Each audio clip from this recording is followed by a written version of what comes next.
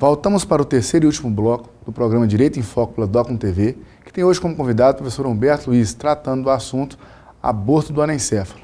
Mas antes de começarmos o bloco, é bom destacar a importância da sua participação, caro telespectador. Para isso, basta acessar os contatos que seguem abaixo. E caso você queira ver os programas anteriores ou esse que está sendo passado agora, basta também acessar esse contato que segue abaixo. Professor Humberto, ficou uma discussão bem forte no bloco passado. Somos suas correntes. Mas ficou aquele que?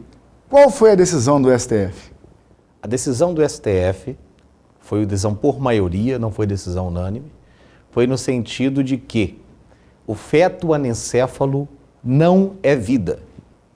E se ele não é vida, a interrupção dessa gravidez não é crime, porque a prática do aborto, o crime de aborto, veio para proteger a vida do feto. E o Supremo chegou a uma conclusão, por maioria, de que o feto anencéfalo não significa vida humana, porque ele não teria cérebro.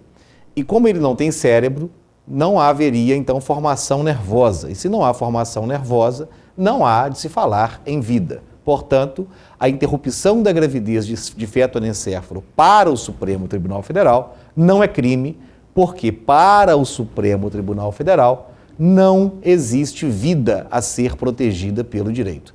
Essa foi a decisão por maioria do Supremo Tribunal Federal. A divergência foi no sentido do voto do ministro Ricardo Lewandowski, no sentido de que é vida sim, e que, portanto, deveria ser tutelada pelo direito.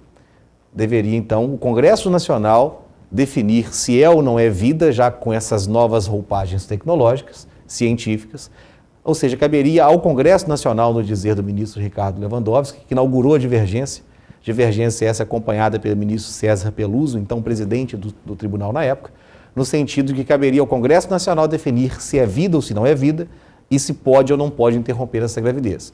Segundo esses dois ministros divergentes, o STF, ao decidir dessa forma, teria usurpado competência de poder legislativo. Caberia tão somente ao poder legislativo. Mas o Supremo Federal deu a última palavra no sentido de não ser vida e, portanto, como não sendo vida, não haveria como proteger o feto anencéfalo juridicamente, cabendo então exclusivamente à mãe dizer se vai ou não vai interromper essa gravidez. Hoje, para que haja interrupção dessa gravidez, nos termos da decisão do Supremo, é necessária a prévia autorização judicial. Mas o ministro Celso de Mello, ele inclusive foi além. Ele disse que não haveria nem essa necessidade.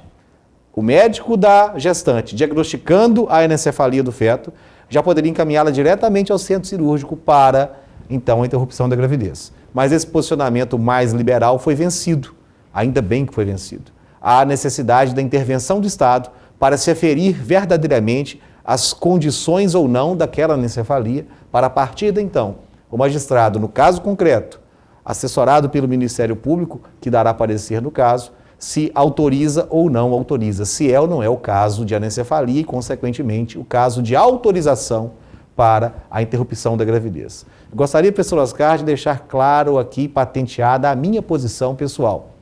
Pessoal como jurista, como cidadão, como pai, no sentido de que sou em favor da vida. Sou pela defesa da vida em qualquer circunstância, em qualquer hipótese, em qualquer condição. Eu sou completamente contrário à interrupção da gravidez. Eu quero crer que vida humana deve ser sim preservada. Nós comentávamos aqui nos bastidores daquela mãe que foi diagnosticada numa gestação de anencéfalo e ela disse que se dependesse dela, que aquela criança que estivesse dentro dela vivesse, ela então daria essa condição de vida.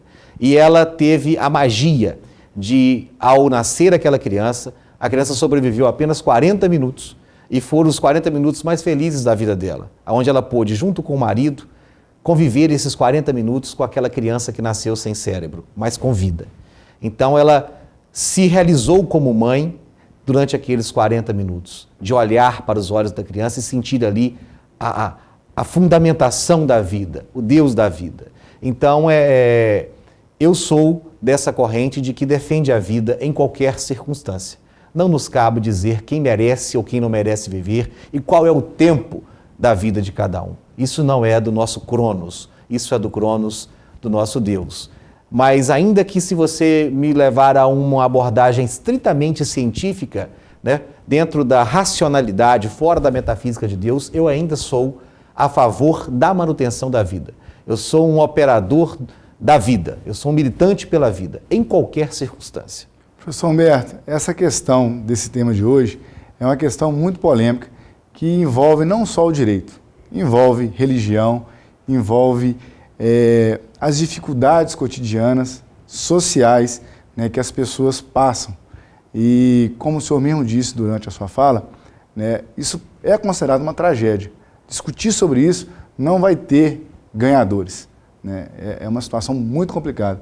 E um programa só, a gente não daria conta, né, de falar de tudo aquilo que é importante nesse contexto.